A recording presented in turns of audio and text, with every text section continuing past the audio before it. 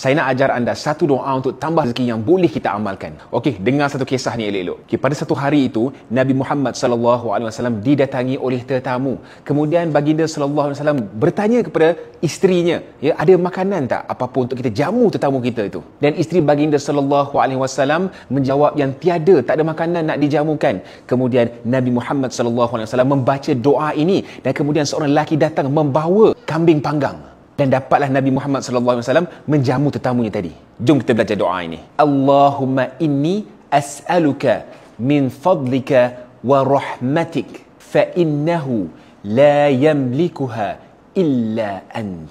Kita ulang lagi sekali. Allahumma inni as'aluka min fadlika wa rahmatik fa innahu la yamlikuha illa ant. Maksudnya, ya Allah, sesungguhnya aku memohon kepadamu agar diberi kurniaan dan rahmatmu. Sesungguhnya tiada yang memilikinya kecualimu. Semoga istiqamah dalam mengamalkannya. Anda belajar sesuatu ini, kalau ia komen Alhamdulillah dan follow saya.